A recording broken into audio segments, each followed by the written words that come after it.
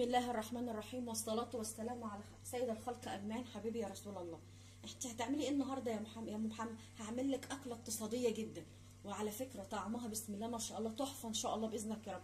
هتعجب والله، رغم ان هي ما فيهاش لحمة ولا فيها حاجة، بس هتدوقيها عليها لحمة قدام منك مشوية من حلاوتها. أكل زمان وناس زمان وخير زمان. هتعملي ايه النهارده يا ام محمد؟ بصي انا هعملها لك بالطريقة بتاعتنا، هي اسمها عجة البصل. عجة الايه؟ البصل. هوريها لك دلوقتي هتتعمل ازاي. طب هي هتتعمل ازاي يا ام محمد؟ الاول قبل ما اقول لك هي ايه الاكله وبنعملوها ازاي، ما تنسينيش يا حبيبتي انت وهي، ربنا يا رب يبارك لكم ويكرمكم وتكبر القناه بكم ان شاء الله. ما تنسينيش في التعليق الحلو واللايك والاشتراك الحلو منك يا حبيبه قلبي. هتعملي ايه؟ عندنا مننا طاسه فاضيه ما فيهاش اي حاجه خالص اهي، طاسه فاضيه اهي مولعه عليها. هنزل عليها طبعا البصل ده. بصي انا عامله صينيه كبيره، انت عايزه. وعلى فكره قبل ما انسى الكلام اللي اقوله لك، الاكله دي ما فيهاش غير بيضتين اتنين بس. طبعا زمان كانوا بيعملوا بالاربع بيضات وبالخمس بيضات عشان كانوا بيربوا الطيور والحاجات دي كلها. فاحنا طبعا نظرا للغلا اللي احنا فيه مش هنعمله غير بيضتين بس. وهوريها لك كمان هيبقى شكلها ايه وطعمها شكلها ايه ومنظرها ايه. بصي انا عامله ايه. بصي قولي نص كيلو بصل، عشان انا عامله صينيه كبيره زي ما قلت لك. انت ممكن تعملي نص الكميه دي وهيطلع لك قرص حلو برده ان شاء الله. طب انت يا ام محمد هتحطي البصل كده؟ ايوه هنفضلوا حاطينه كده على النار. اسمها ايه الحركه دي؟ اسمها تخديعه. اسمها ايه تخديعه؟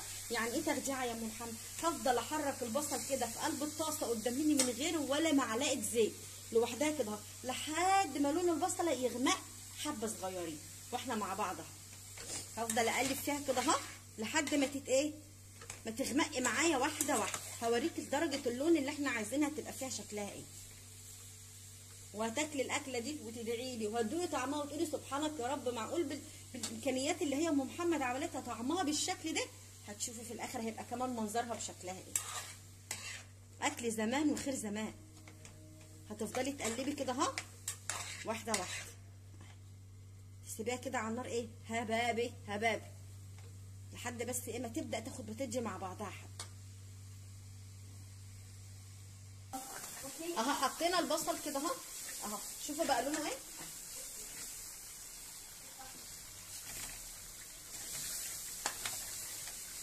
طبعا الكاميرا ظلمه والله، واغمق من كده سيكه يعني.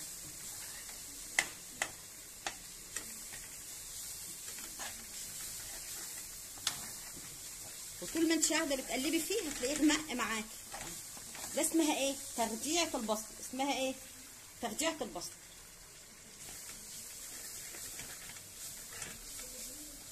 طبعا انا حاطه في العين الثانيه بطاطس مقليه، بقلي بطاطس حلو الكلام، وهقلب رنجاله اهو. بس الاكله دي مالهاش دعوه لا بالبصل دي زياده زي ما بيقال كده، زياده نعم. لكن هي الاساسي العجه دي كانت بتتعمل لوحدها كده من غير اي حاجه يعني. والله والدتي ربنا يا رب يديها الصحه كانت تعملها لنا جنب منها طبق رز، او لو ما فيش رز يتعمل جنب منها طبق، يتعمل جنب منها يتحط عيش وحبه مخلل وخضره من اللي انتوا عارفين، الجرجير والكرات والحاجات دي كلها، ونعمه من عند ربنا ونحمد ربنا. وكانت اكله جميله في منتهى الطعام. ربنا يا رب يديم علينا ستر ورضاه يا رب. كده بقى ايه وصلنا الى المرحله دي. طب هنعمله ايه تاني يا ام محمد؟ هاخد بصي رشه بقدونس. بسم الله ما شاء الله، بسم الله الرحمن الرحيم. رشه ايه؟ بقدونس اهي.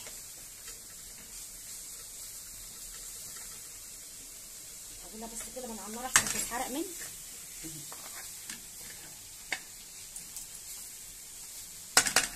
ركزوا بقى في اللي جاي.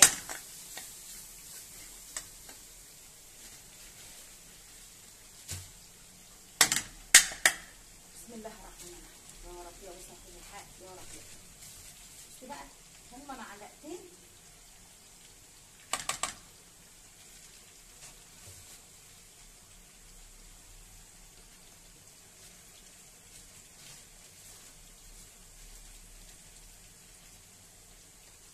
كده، ادي 3 معالق اهو.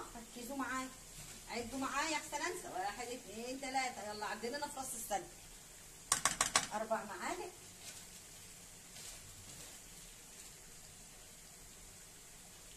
5 معالق دقيق. 5 معالق ايه؟ دقيق اهو. يلا حطي على النار.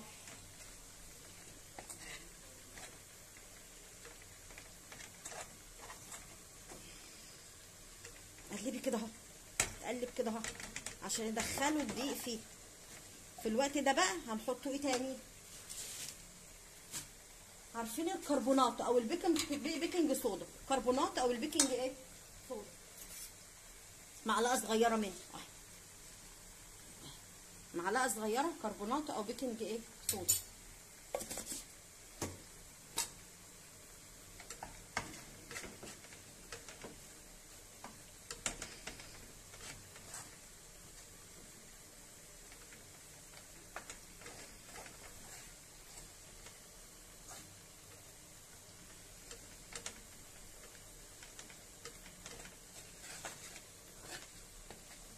اهم حاجه تقعدي ايه تقلبي فيها كده اهو لحد ما الدقيق البصله تتشرب ايه الدقيق.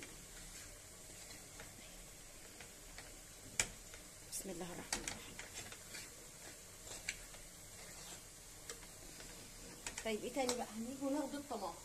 بصي بقى هتجيبي طماطمتين مبشورين، طماطمتين ايه مبشوره اهي. بسم الله الرحمن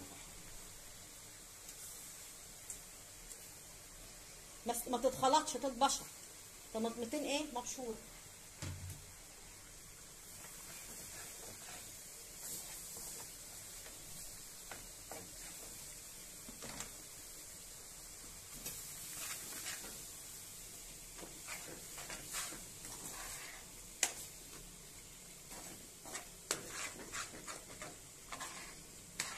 الطماطم دي بتحرشها، الطماطم دي ايه بتحرشها.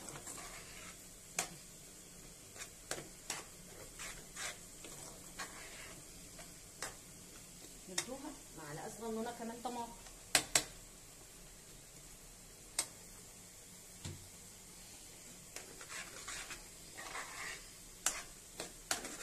طيب في تانية يا ام محمد لها توابل هتتحط، ملح وفلفل وكمون وكزبره. ملح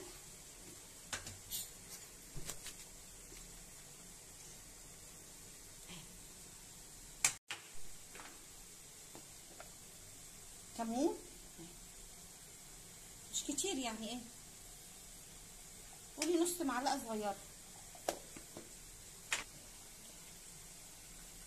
معلش الفيديو اتقطع معايا. فاحنا حطينا ايه بعد ما حطينا الطماطم ومسكنا حطيناها تقليبه حلوه، حطينا معلقه ملح، معلقه ايه ملح، نص معلقه فلفل اسمر، نص معلقه كمون، نص معلقه كزبره ناشفه. يبقى تاني، يبقى معلقه ملح صغيره طبعا عشان الكميه اللي عندي، انت طبعا بقى تحطي بالكميه اللي انت عايزاها. معلقه ملح، نص معلقه فلفل اسمر، نص معلقه كمون، نص معلقه كزبره ناشفه، نص معلقه كزبره ايه ناشفه. ايه تاني يا ام محمد؟ هنحط ايه تاني؟ المكون الاساسي بقى اللي هيخليها طعمها ولا كده. بسم الله الرحمن الرحيم.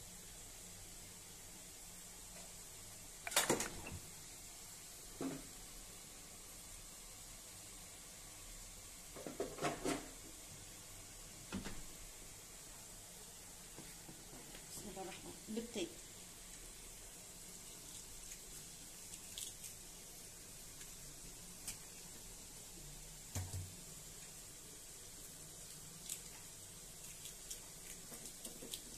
طبعا البيض اوعي تحطيه وهي سخنه، حطوا نقره بس فلفل كده صغنونه، اوعي تحطيه وهي سخنه علشان ما يجمدش فيه. اديها بقى التقليبه الايه الحلوه. خلاص بقى احنا كده مش محتاجين النار في حاجه. جزاك الله خير. والله على الريحه بسم الله ما شاء الله.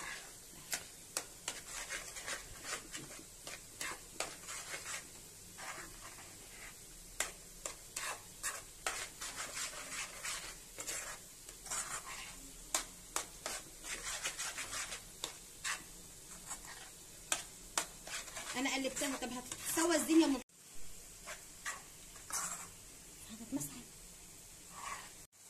طبعا جبنا صينيه اهي وحطينا فيها حبه زيت، حطينا فيها ايه حبه زيت من جميع النواحي كده. على فكره الاكله دي تتعمل دايت تبقى حلوه قوي عشان ما فيهاش ايدام ولا اي حاجه. طبعا ما يغركمش الكميه دي لسه، علشان لسه في الفرن ان شاء الله هتبقى ايه، هتكتب وتبقى حلوه كده يعني. والله بسم الله ما شاء الله، لو تيجي تشموا الريحه بتاعتها.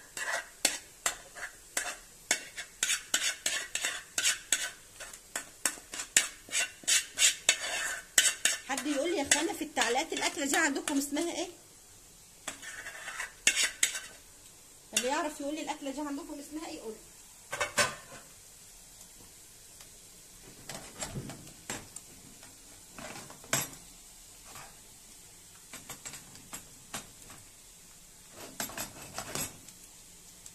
طب كده خلاص. لا هنحط لها برده معلقه زيت ايه على وشها كده عشان تحمر وتبقى حلوه. الله على الريحه بسم الله ما شاء الله.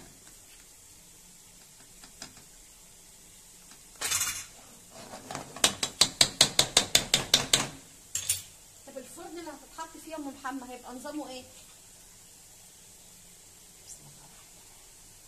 هتولعي تحت وفوق، هتولعي تحت وايه وفوق، ولو ما عندكيش تحت وفوق بيولعوا الاثنين مع بعض،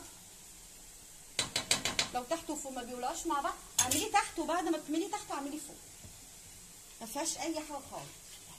بس هو بس الايدام بس كده عشان بس الايه معلقه الزيت اللي احنا حاطينها عشان تبقى كلها ايه فيها زيت. طبعا انا فوتك في الاول، انا مسكت طبعا العيش اللي عندي بصراحه ما كفاش، فانا مش هشتري عيش، العيش بره غالي والرغيف بيبقى صغير قوي. فانا عملت ايه بقى، جبت حبه دقيق صغيرين حطيت عليهم معلقتين رده، حبه دقيق يعني اقول يجي عامله زي بتاع يجي ايه، يجي ربع كيلو كده. الاول الصينيه جبت زي ربع كيلو دقيق عشان انا مش محتاجه عيش يعني، انا محتاجه بس اكمل بيه. جبت زي ربع كيلو دقيق، حطيت عليه معلقتين رده، حطيت عليه خميره، حطيت عليه حبه ملح وحبه ايه سكر صغيرين، وتراني ماسكه عجناه. بصي اهو عجنتهم اهو وسايباهم لحد ما يخمروا، وهوريهم لك في الاخر هيبقى منظرهم ايه. هحطهم برده في الفرن مع العجه اللي انا عاملاها، هتشوفي الاثنين باذنك يا رب شكلهم ايه في الاخر.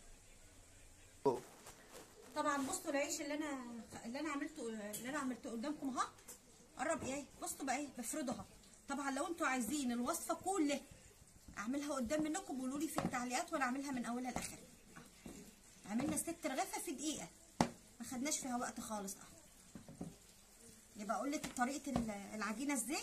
حطينا زي كان عامله زي ربع كيلو دقيق، ربع كيلو دقيق عليهم معلقتين مرده، عليهم حبه ملح وحبه سكر ومعلقه خميره من العاديه او معلقه خميره بيره. بس انا بصراحه بعمل العجين عندي بالخميره البيره عشان انا ما بحبش الخميره الفوريه. خميره بيره اللي هي بتاعه الفران، بتاعه الايه اللي هي الفران.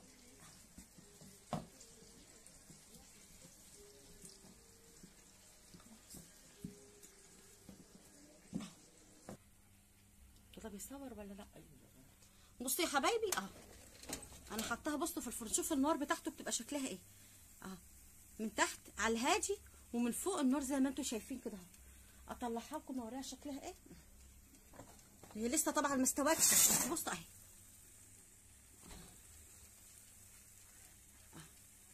لسه ما استوتش، لسه قدام منها لسه شويه.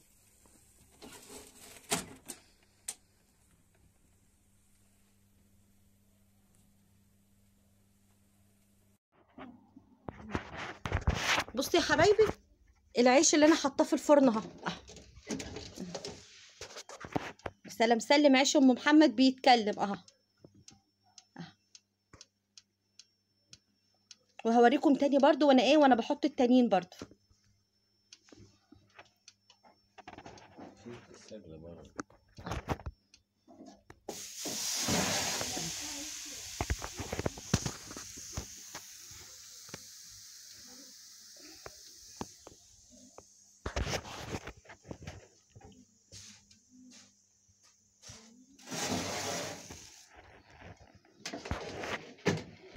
لا احط وانا بحطه كده. افتح يلا افتح يلا. ماشي. بسم الله الرحمن الرحيم.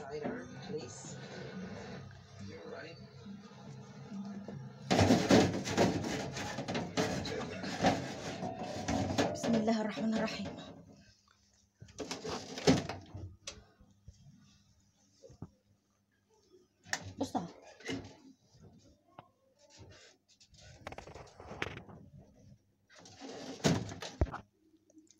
رأيكم يا حبايبي؟ اهو انا معاكم واحده بواحده عشان تشوفوا العيش وهو بيقب ان شاء الله. تنسونيش في الاشتراك والتعليق لو عجبكم محتواي. عملنا النهارده اكله بسيطه وشعبيه، عملنا العجه بالبصل والبيض، وعملنا العيش قدام منكم اهو، ومسكنا عملنا البرنجان المقلي بالصلصه، عملنا البطاطس المقليه اهو. تغيير من اكل اللحمه والسمك والفراخ، وفي نفس الوقت اكله اقتصاديه.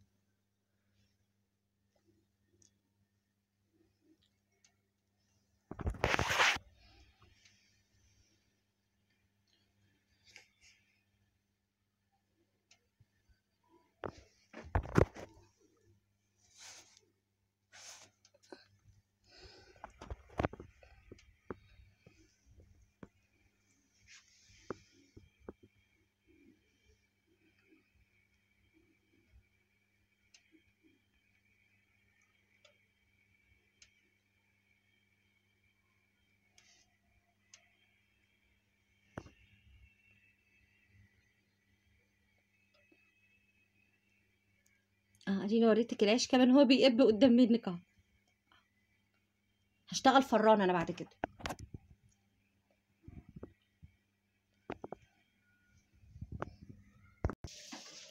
عملنا الاكل الاقتصادي بتاعنا. ادي العيش اللي انا قلت لكم عليه اهو. على فكره الرغيف ده هو مقمر اللي هو بيبقى ناشف. بص